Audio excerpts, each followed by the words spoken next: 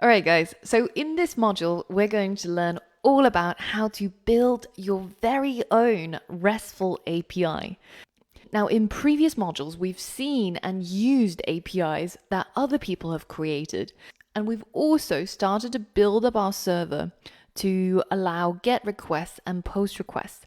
But in this module, we're going to do it from beginning to end, and we're going to build our very own complete RESTful API. Now, the first question you might have is, what exactly does REST mean? And what does it mean to make an API RESTful, right?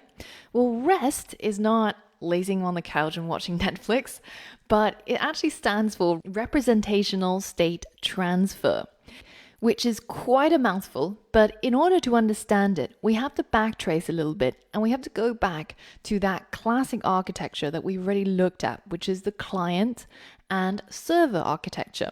And this is the architecture that the entire internet is pretty much built on. So let's just review it quickly.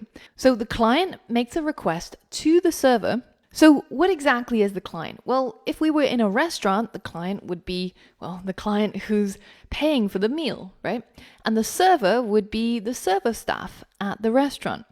So when our client makes a request, say, I'd like a pizza, please, then the server has to check to see if this is something that the restaurant can fulfill. And if so, he will smile graciously at you and fulfill that request. But if the client requested something that they didn't have, for example, a sausage, and it's not on the menu, then the server would give you an error code. A classic one, of course, being 404, which is resource doesn't exist. We don't stock sausages. Now, when the client makes that request to the server, classically on the internet, this is done through a HTTP request, Hypertext Transfer Protocol request. And we've already seen this when we said app.get, and then we have our callback with our request and result. That is that request. And the analogy for this is it's kind of like the language that you're using to make the request.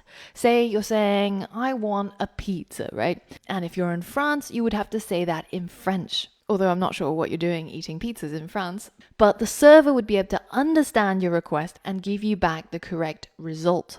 Now, the thing you have to remember is that HTTP, this Hypertext Transfer Protocol, is not the only language that servers can speak, right? Another one that you might have heard of is, for example, the FTP request, which is the File Transfer Protocol request. So if you use the wrong language, you might not get back the result that you're looking for. So for example, if a server speaks French in France and you try to speak to him in Italian, that probably won't work. So we have to make sure we've got the right language for making our request. Now, at this point, some students might say, well, what about that other thing, that HTTPS request? What does that S stand for, and is it a different language? Well, HTTPS stands for HTTP Secure Request. So remember that all your requests and responses are going across the internet and can be potentially tapped in by lots of people. So if you wanted to make it secure, so you don't want to be on a website entering your car details and it's just going through, a bog standard HTTP request, because somebody might hijack that along the way and that's not very secure. So we can also use cryptography and encrypt our requests. So if anybody does intercept the request, they won't be able to know what it says. Now, this is kind of equivalent to having like a secret code language. For example, if both you and your waiter speak Klingon, then you could communicate securely. And it doesn't matter if you're overheard in the restaurant, because nobody else will be able to understand what you're saying other than yourself and your waiter. Now, let's say that the client has successfully made the request to the server. And this is something that the server can serve up, so it sees it as a valid request instead of a 404.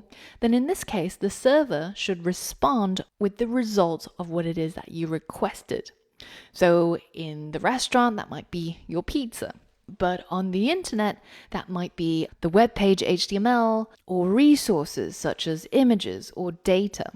So in our code, you would have already seen app.get, and in the callback function, we've got our request and our result. and the result is what we get back from the server. Now, in order to give us that result, the server might do one of two things. It might do some computation, run some code to work out the result that you need. For example, if our server was a simple calculator web application, or the server might need to communicate with our database in order to grab the relevant pieces of data that the client requested. So depending on what kind of request that the client made, what kind of resource they wanted, the server might do one or both of these things. So we've seen that the client has to talk to the server using an HTTP request, a specific language that the server can understand. But also, there's only a certain amount of things that the server can do, right? Say at a restaurant, you would have a menu of items that this particular restaurant would serve. And it's exactly the same on the internet. The server will have a whole bunch of APIs, which are services that it can expose for clients to be able to tap into. And so when we're building an API, we're kind of like building the menu of things that our server can respond to when a client makes a request. So now that we understand all three components, what does it mean to make our API RESTful? Well, REST is essentially just an architectural style. So just as you have different buildings that have different architectural styles, for example, the Baroque architectural style with the nice arches, or other buildings might be built in the Gothic architectural style with flying buttresses and these imposing beams. And my favorite, the neoclassical, have these incredibly geometric shapes and columns that really remind you of old Greek architecture. So these are architectural styles for designing buildings. Well, REST is an architectural style for designing APIs, and it's definitely not the only architectural style. So the other really popular one before REST became the dominant style was SOAP. And there's also GraphQL or Falcor, and there's a lot of other architectural styles. But the gold standard for web APIs is REST. So that's what we're going to be looking at. And REST actually came about really quite recently as a part of this guy's PhD. This is Roy Fielding. And he did his PhD in the University of California. And as a part of his doctorate, he researched and came up with this architectural style that we now call REST. And it proposes a set of rules that web developers could follow when they're building their APIs. And he came up with this idea that all websites across the web would use the same structure for building their APIs. I mean, imagine if you had a whole street and all their buildings had the same layout. For example, the toilets for men and women are always on the same floors in the same positions, then you would never get into a situation where you're trying to find the toilet. So my personal struggles aside, essentially in his PhD, he proposed that the internet could do the same. If every web API was built using the same common guiding principles, then it would be so easy for everybody to work together and be able to use different APIs quickly, easily, and efficiently. So pretty neat for a PhD project, right? There's definitely some PhD projects that are a lot worse, like the guy who had to look into the propulsion parameters of penguin poop. But maybe if you really like penguins, that's okay. So how exactly do we make our API RESTful? Well, there's a lot of rules that an API has to follow to be RESTful. And just as you have rules that you might follow at your workplace or your school, you might have a uniform, no shorts, no singlets, don't smoke in the building.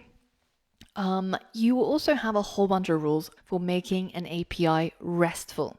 But the two most important ones are using the HTTP request verbs, so using that HTTP request language, and also to use a specific pattern of routes and endpoint URLs.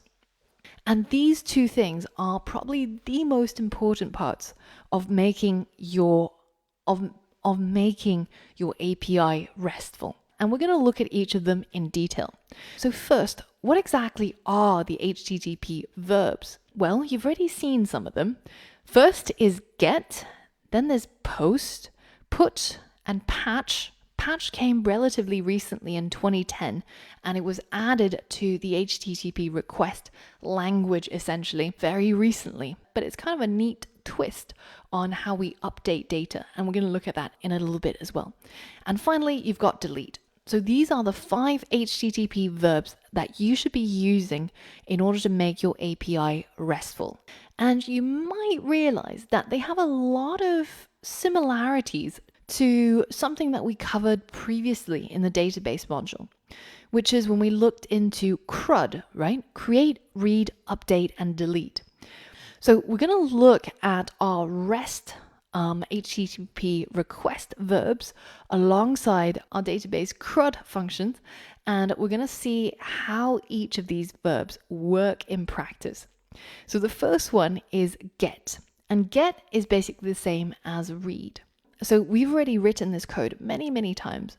Every single time we want our server to serve up some resource, we've been using app.get, and then we pass a callback that responds to the request and sends the result back.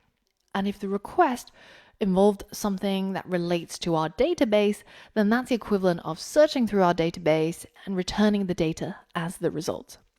The next one is post, and post corresponds to the create word in our CRUD functions.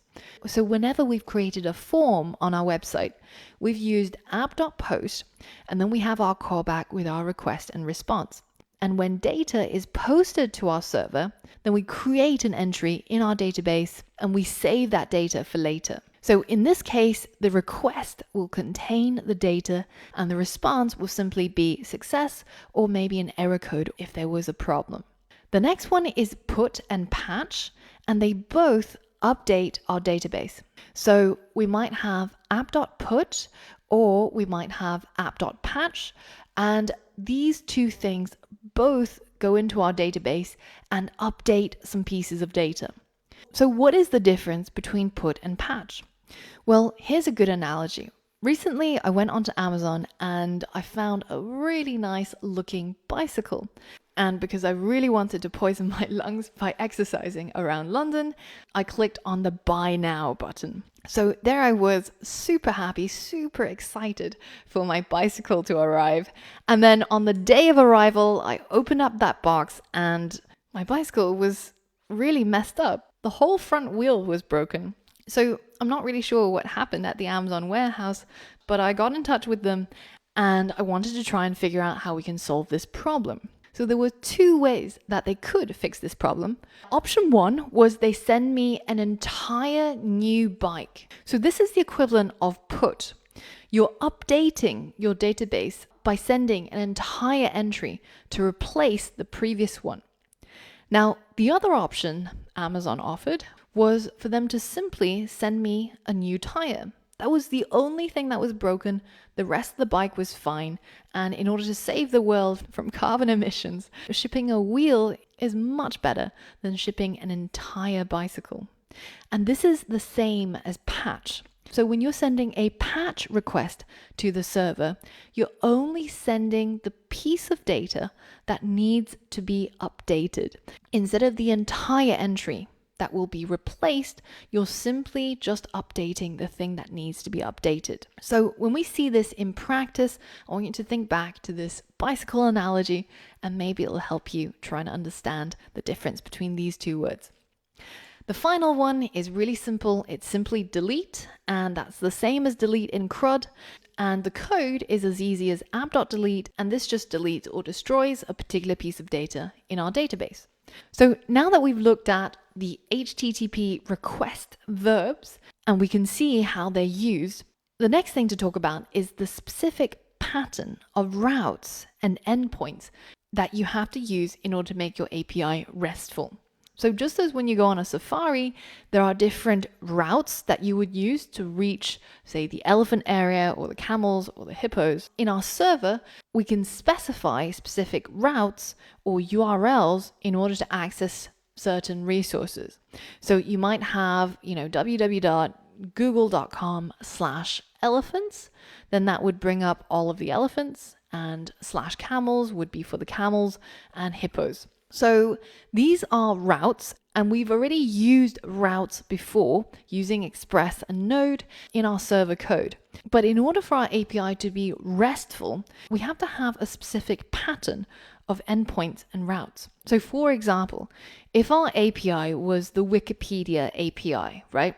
And in our database, we had a whole bunch of articles. Now, the route for /articles applies to all of the articles. Now, if we created a route for articles, then when a client makes a GET request to /articles, it should fetch all of the articles. And when they make a POST request to the /articles route, then it should create a single new article and add it to our database of articles. And when we make a delete request to /articles, then it would delete all the articles in our database. But RESTful routing also has rules for individual resources. So within all of the articles, we will have specific articles, right? Say we had an article on Jack Bauer. Then if the client was targeting /articles/Jack Bauer, then if they made a GET request, that would fetch the specific article on Jack Bauer from our database. And you can also use put and patch to update that specific article on Jack Bauer, and you can delete the specific article as well. Now, a little bit later on, when we create all of these routes using the HTTP verbs, it's going to be a lot more clear how each of these works. But for now, I just want you to get an overview of what RESTful routing actually looks like before we get started. So now that we've seen how HTTP request verbs work and the pattern of routes that make your API RESTful, the next step is to get started and actually build our very own API. So for all of that and more, I'll see you on the next lesson.